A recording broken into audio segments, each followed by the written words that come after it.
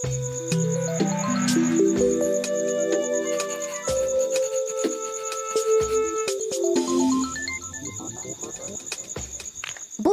bienvenue dans l'émission de Festival Rue des Livres, un festival qui se tient chaque année dans le quartier de Morpa durant le temps d'un week-end le mois de mars et qui propose des rencontres, des animations autour de la littérature.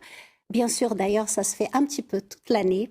5 émissions sont proposées ici sur TVR sur 5 thématiques différentes. Aujourd'hui, nous allons vous parler des histoires. Cette émission est sous-titrée et traduite en langue des signes par Pascal Di Piazza et à mes côtés, Anaïs, coordinatrice de projet Rue des Livres. Bonjour Anaïs. Bonjour Juliana. Alors aujourd'hui, nous allons raconter certains extraits des livres. Effectivement, on va pouvoir entendre des lectures, la lecture, parce que c'est une forme qui est présente au Festival Rue des Livres dans sa forme habituelle.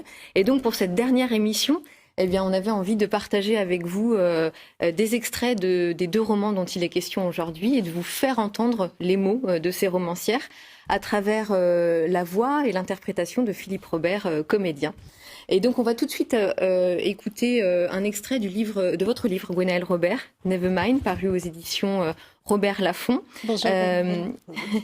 Alors, quelques mots pour présenter ce roman historique. On y entre à travers la figure de Joseph de Limoëlan, qui est un jeune aristocrate assoiffé de vengeance. Il faut dire que la Révolution est passée par là et que donc tous ceux de son rang ont été condamnés à l'exil, ont perdu leur pouvoir, leur argent. Et donc lui, il n'a qu'un désir, c'est de revoir un roi à la tête de l'État, sauf qu'on est en 1800 et que celui qui vient de s'y installer, c'est le consul Bonaparte. Et donc il va imaginer un attentat pour tuer le consul. Et donc cet attentat va malheureusement échouer. Enfin, malheureusement ou heureusement, ça c'est un autre sujet en fait. Dans le passage que vous allez nous faire découvrir, Philippe, eh bien, il est question d'un bal. C'est le bal des victimes, où la bonne société, non sans une bonne dose d'ironie, commémore tous ceux qui ont eu la tête coupée pendant la Révolution. Et donc, il y rencontre une jeune fille. C'est à vous, Philippe. Il n'a fait l'amour qu'à l'orée de la mort. Peut-être que la chair qui a connu l'urgence est condamnée ensuite au plaisir à la hâte. Il se demande à quoi ressemble l'autre amour, celui des gestes lents et des aubes tranquilles. Cette curiosité vive et un peu douloureuse se concentre sur sa cavalière. Sa nuque dégagée, ce pont de chair étroit, tendu de veines bleues où personne n'est jamais passé. Entre 2 figures, elle s'incline devant lui, puis devant d'autres qu'il ne voit pas. Il se surprend à la chercher du regard parmi la foule des danseurs, mais elle revient toujours, le front baissé, les yeux relevés, visiblement heureuse de ces salutations muettes qu'elle exécute avec une gaieté touchante. Il voudrait s'installer dans la douceur de ce sourire, presque enfantin encore. Il devine dans ses mouvements des désirs jamais nommés, jamais exaucés. Et pourtant, soudain, il est pris d'un vertige en pensant à cet amour qu'il pourrait lui jurer sur l'heure s'il n'avait un consul à abattre, un régime à renverser, une vie à foutre en l'air, dès demain. On sent, on devine toutes les émotions qui sont si finement décrites dans votre roman, Gwenaëlle Robert. Il y a beaucoup de choses dans ce roman. Il y a la vengeance qui mène jusqu'à la folie, il y a le remords, il y a aussi la vie intime des nombreux personnages qui traversent cette histoire, y compris la vie aussi du petit peuple de Paris. Beaucoup de choses. Donc, quelle était votre intention première lorsque vous êtes lancé dans l'écriture de ce livre ?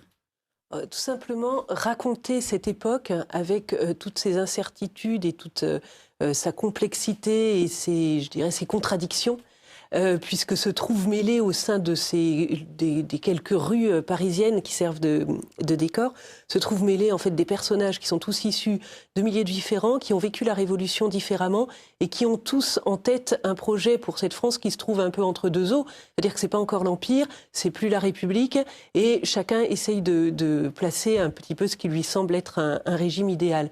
Et puis entre ces 2 régimes, on voit aussi effectivement passer des anonymes qui chacun essaye simplement de survivre dans cette incertitude politique, historique. Et ça me plaisait aussi de restituer un petit peu toutes ces vies anonymes qui évidemment ne se trouvent pas dans les livres d'histoire, puisque évidemment on reconnaît les grandes figures que sont Fouché, Napoléon par exemple, mais les vies anonymes, typiquement des victimes de cet attentat, eh bien elles ont un petit peu disparu et je voulais aussi leur redonner une place dans l'histoire. Et alors justement, c'est vous qui avez fait le choix de ce passage. Qu'est-ce qui se passe à ce moment-là pour votre personnage? Qu'est-ce qui se joue dans cet extrait-là qu'on vient d'entendre? Alors il y avait deux choses. Il y avait quelque chose qui relève effectivement d'une vérité historique, qui est ce bal des victimes absolument incroyable, où des personnages se retrouvent, enfin des émigrés souvent, hein, qui sont partis pendant la Révolution, qui reviennent en France et qui se retrouvent une espèce de commémoration macabre où on mêle à la fois la danse, la séduction, mais aussi le souvenir des morts, etc.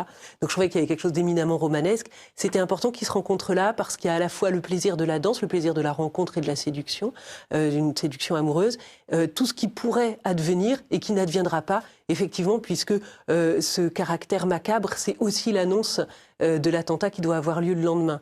Alors évidemment, l'histoire ne dit pas si Joseph de Limoëlan s'était rendu à ce bal des victimes la veille, mais je trouvais qu'il y avait quelque chose dans cette confrontation de l'amour et de la mort, il y avait quelque chose de puissant, et puis peut-être aussi la nostalgie d'une vie qu'il n'aura pas connue, puisque cet homme, il avait un destin tout tracé, je dirais, dans sa position, dans sa place de jeune aristocrate breton, et là, il entreaperçoit ce qu'aurait pu être sa vie, typiquement sa vie amoureuse avec cette jeune fille, et cette vie qu'il ne connaîtra pas. Donc je trouvais qu'il y avait quelque chose d'assez puissant dans l'imagination tout à coup qui s'emballe à la faveur de cette rencontre et qui néanmoins est mis en échec par la réalité de son engagement. Jamais maman ne serait morte sans me prévenir. C'est le titre de cet ouvrage absolument... c'est une fiction et en même temps, c'est l'histoire vraie de Marie, donc très touchante. Marie-Hélène Rudel, un livre paru aux éditions Les Perséides. Et Marie-Hélène, bonjour, vous êtes avec nous. Bonjour. Alors, votre livre raconte le quotidien d'une infirmière au sein d'une maison de retraite dans le Finistère, où on va trouver donc des personnes qui sont empêchées, qui sont dépossédées de leur liberté. Parfois, des situations lumineuses peuvent surgir, n'est-ce pas? Ça donne un maigre espoir, ça donne aussi du réconfort. Tout d'abord, Philippe Robert va nous lire un extrait pour nous mettre en confidence. L'art de gruger l'infirmière. Comme tout le monde, Catherine Pratt déteste les médicaments. Chanceuse, elle n'en a qu'un à prendre, il est tout petit. Mais c'est déjà trop. À chaque repas de midi, elle essaie d'y couper. Votre cachet, Madame Pratt. Elle tend le doigt vers le minuscule cachet. Le gros, là, et se croyant vaincu, l'attrape entre le pouce et l'index. Le rapport de force n'est pas en sa faveur. Il me suffirait d'attendre fermement, planté à côté d'elle pour qu'elle l'avale, ce cachet, et j'aurais gagné. Mais je veux pas de ça. Après tout, c'est son médicament. Je pense à quelqu'un d'autre. Ce quelqu'un, je l'ai choisi avec soin. Il est assis dans un coin de la pièce, d'où je peux observer Catherine Pratt sans qu'elle s'en doute. Elle promène d'abord son regard un peu partout, l'air candide, elle fait mine de rêvasser la canaille. Puis, personne ne faisant attention à elle, elle décide d'agir. Il va falloir faire très vite. Elle se penche en avant et, plan, d'un coup sec, expédie le comprimé vers l'arrière. Très bas le mouvement au niveau de ses pieds, c'est comme ça que ça se voit le moins. Dans la violence du geste, toute sa haine pour ce petit tas de chimie. Eh bien, Marie-Hélène, moi aussi, je vais vous poser cette question. Qu'est-ce que ça évoque dans l'ensemble de votre livre, mais plus précisément ce passage?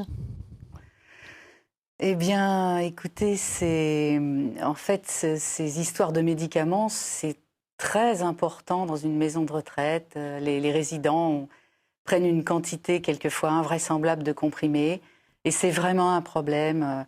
Certains sont tout à fait capables de les prendre et sont tout à fait consentants. D'autres ne sont pas capables de les prendre parce qu'ils ne sont non plus leur cohérence. Ils ne sont même quelquefois plus capables d'avaler un comprimé. Donc il faut les écraser, il faut leur donner. C'est une vraie galère, hein, parfois. Et cette dame, qui est une résidente que j'ai vraiment particulièrement aimée, je peux le dire, n'avait pas toute sa tête, comme on dit, pas tout à fait. Elle ne se souvenait plus que son mari était mort, par exemple. Mais en même temps, elle avait encore toute sa logique. Et ce qu'elle savait, s'il y avait bien une chose qu'elle savait, c'est qu'elle ne voulait pas prendre ses médicaments. Et c'est vrai qu'elle en avait pourtant très peu. Par rapport à d'autres, elle avait vraiment une chance formidable. Mais c'était trop pour elle, quoi. Quand on veut pas, hein, voilà. Et donc j'étais un petit peu comme mes collègues, prise entre le devoir professionnel de faire en sorte que la personne se soigne, et puis aussi le devoir humain de respecter la liberté de l'autre. Donc, je lui mettais ses comprimés, mais je ne l'ai jamais forcé. Mais ce qui était assez rigolo entre nous, c'était ce jeu. On ne jouait pas le même jeu. Elle était persuadée que je voulais à tout prix qu'elle le prenne, son médicament. Elle ne savait pas, j'imagine, ce qui se passait dans ma tête et à quel point je me posais des questions sur la légitimité de ce que je faisais. Et en fait, elle ne se sera jamais doutée, elle n'a pas vu que je la voyais lancer son comprimé loin. Elle ne m'a pas vu le faire, mais moi, je ne pouvais pas évidemment rire.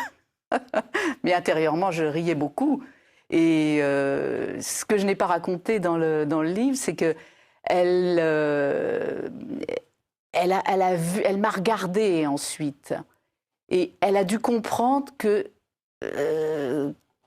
j'avais compris. Et il y avait vraiment de l'étonnement dans son regard, une question. Tiens, ça lui fait rien, elle ne dit rien, elle ne reproche rien. Ben non. Eh bien, c'est un livre que, par ma lecture, je me permets de le dire, je le trouve presque nécessaire, en fait. Hein.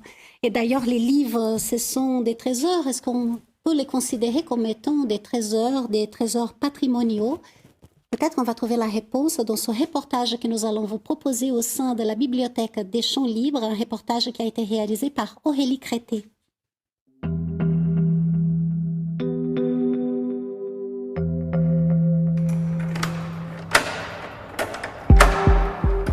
Alors ici, nous sommes dans les magasins de la bibliothèque. C'est l'endroit où sont conservés les livres des fonds patrimoniaux.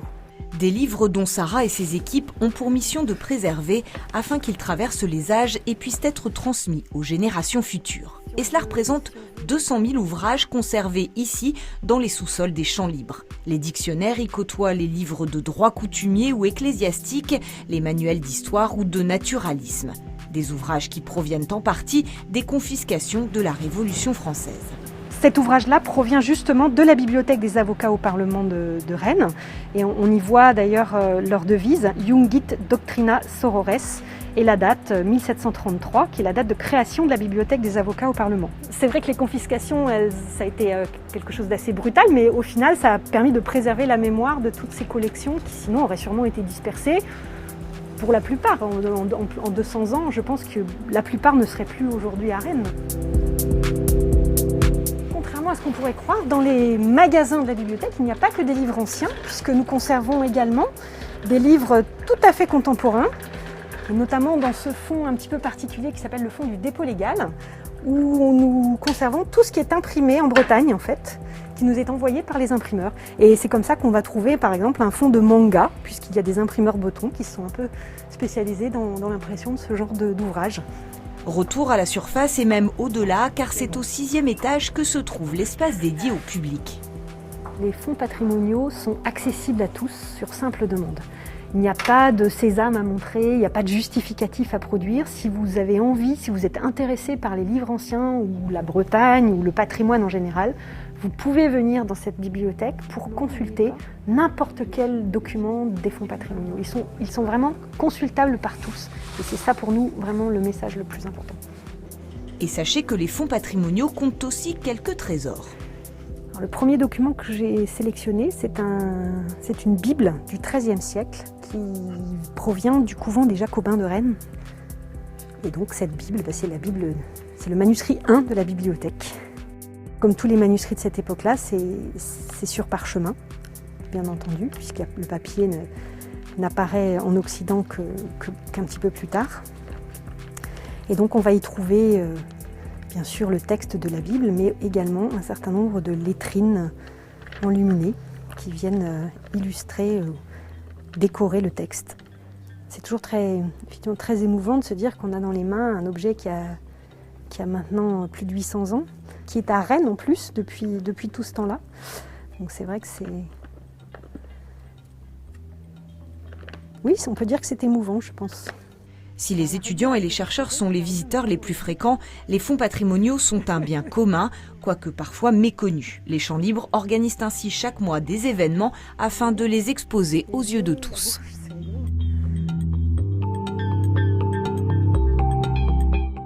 Un travail absolument remarquable. Et pour vous parler des émotions, parce qu'ici aussi, il sera question d'émotions, bien entendu, je vais continuer avec Marie-Hélène Rudel, qui a écrit ce livre « Jamais maman ne serait morte sans me prévenir », que vous pouvez évidemment trouver chez les libraires, mais aussi lesperséides.fr, le site de la maison d'édition. Ce titre est quand même peu ordinaire. Est-ce que vous pouvez nous expliquer pourquoi ce livre s'appelle comme ça ? Ce livre s'appelle comme ça parce que c'est une phrase en fait qui a été prononcée par une résidente un jour.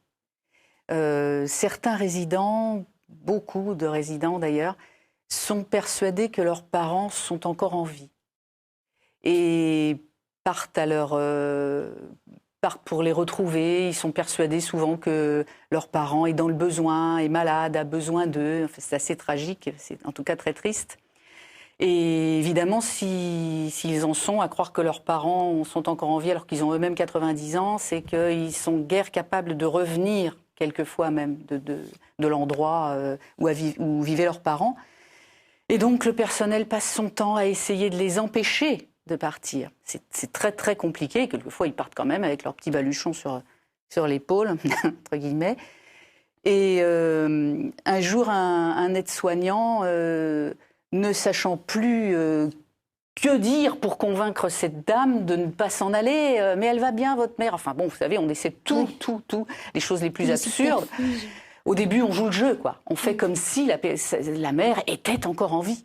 Et puis, il n'en pouvait plus. Elle lui a dit « Mais elle est morte, votre mère, madame, je ne sais plus qui. » Et elle s'est retournée vers lui, mais d'un air scandalisé, quoi. Comme si vraiment, c'était une honte ce qu'il venait de dire.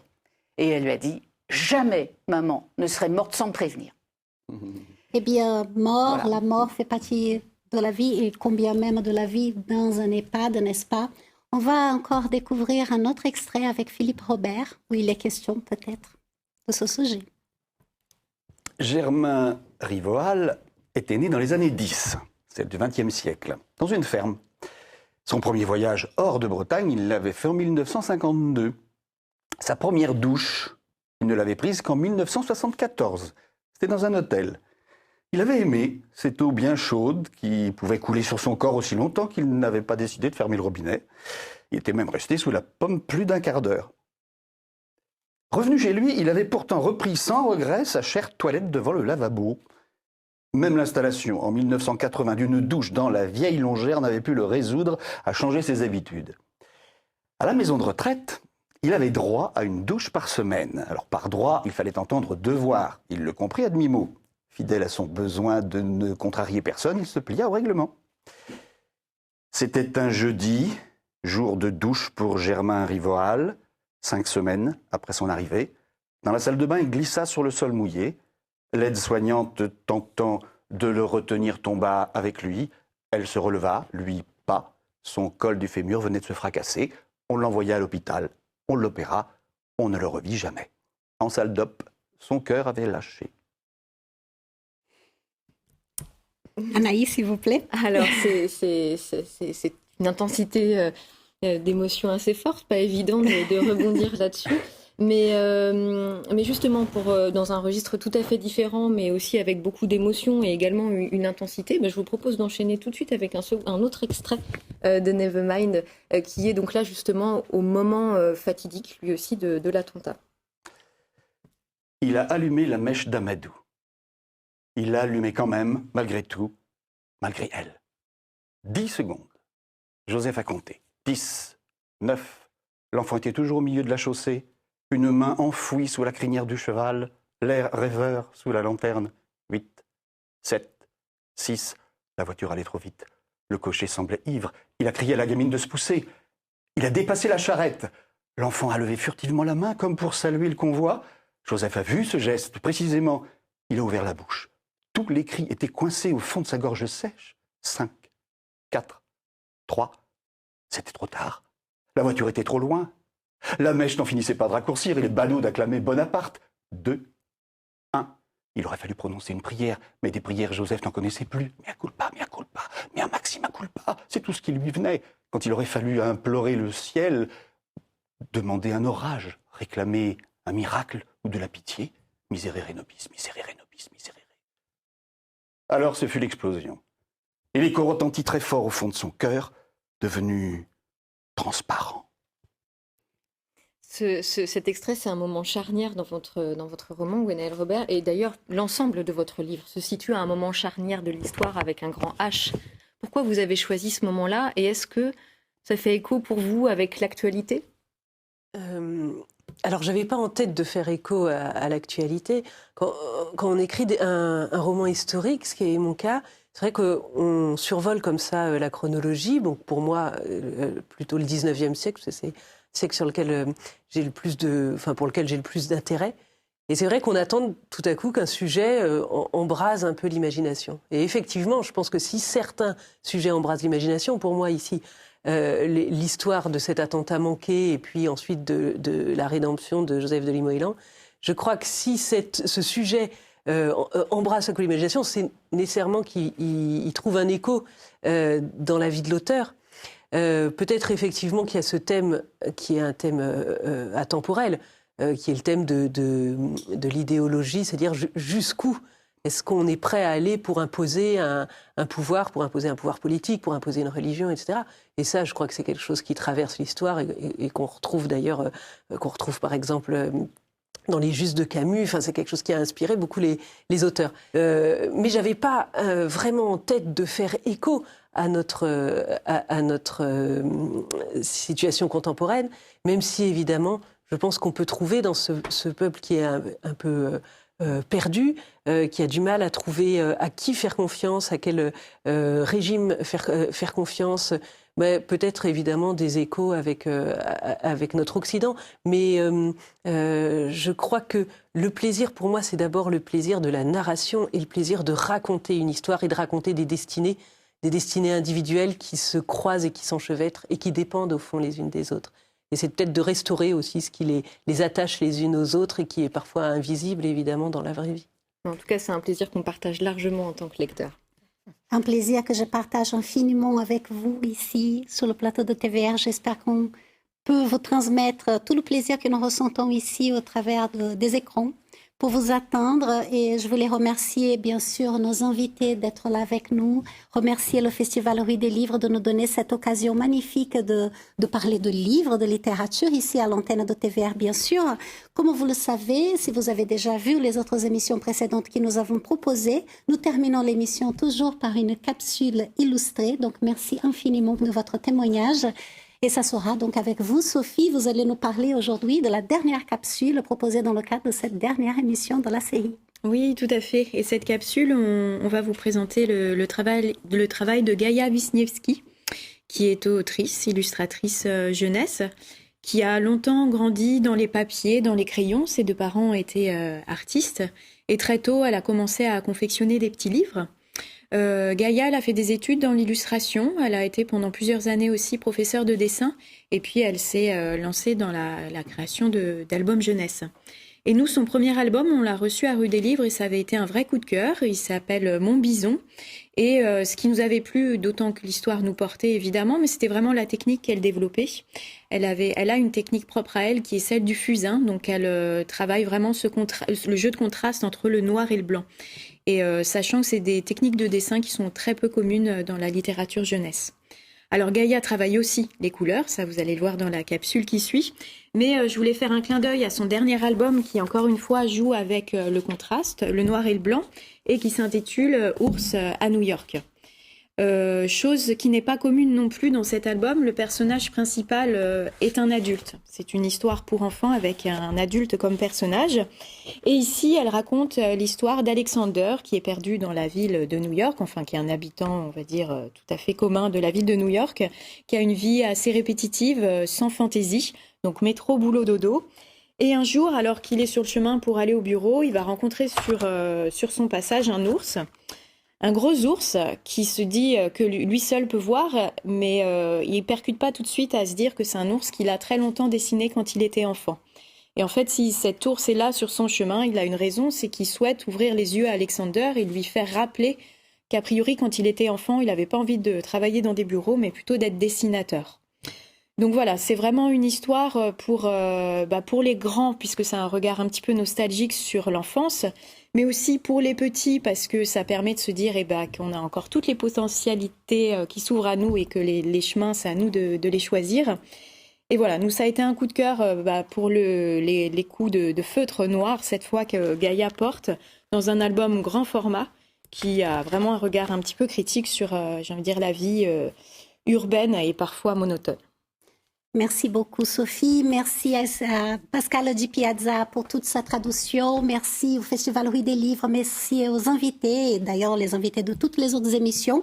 Elles sont toutes disponibles sur tvr.bzh. Soyez curieux. Merci de continuer de nous suivre et à bientôt pour de nouvelles aventures pleines d'espoir.